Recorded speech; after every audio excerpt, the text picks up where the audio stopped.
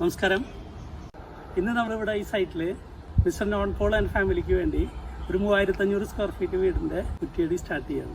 Okay, അപ്പോൾ സ്വാഭാവികമായിട്ടൊരു വീട് പണി ആരംഭിക്കാൻ ഉദ്ദേശിക്കുന്ന ആളുകൾ എപ്പോഴും നമ്മളോട് ആവശ്യപ്പെടുക ഇതിൻ്റെ സ്ക്വയർ ഫീറ്റ് റേറ്റ് എത്രയാണെന്നാണ് ചോദിക്കുക. ആക്ച്വലി നമ്മുടെയൊക്കെ ഒരു അനുഭവത്തിൽ ഈ സ്ക്വയർ ഫീറ്റ് റേറ്റ് എന്ന് പറയുന്ന റേറ്റ് ഒരു ബിൽഡിംഗ് പണിക്കും ഇല്ല.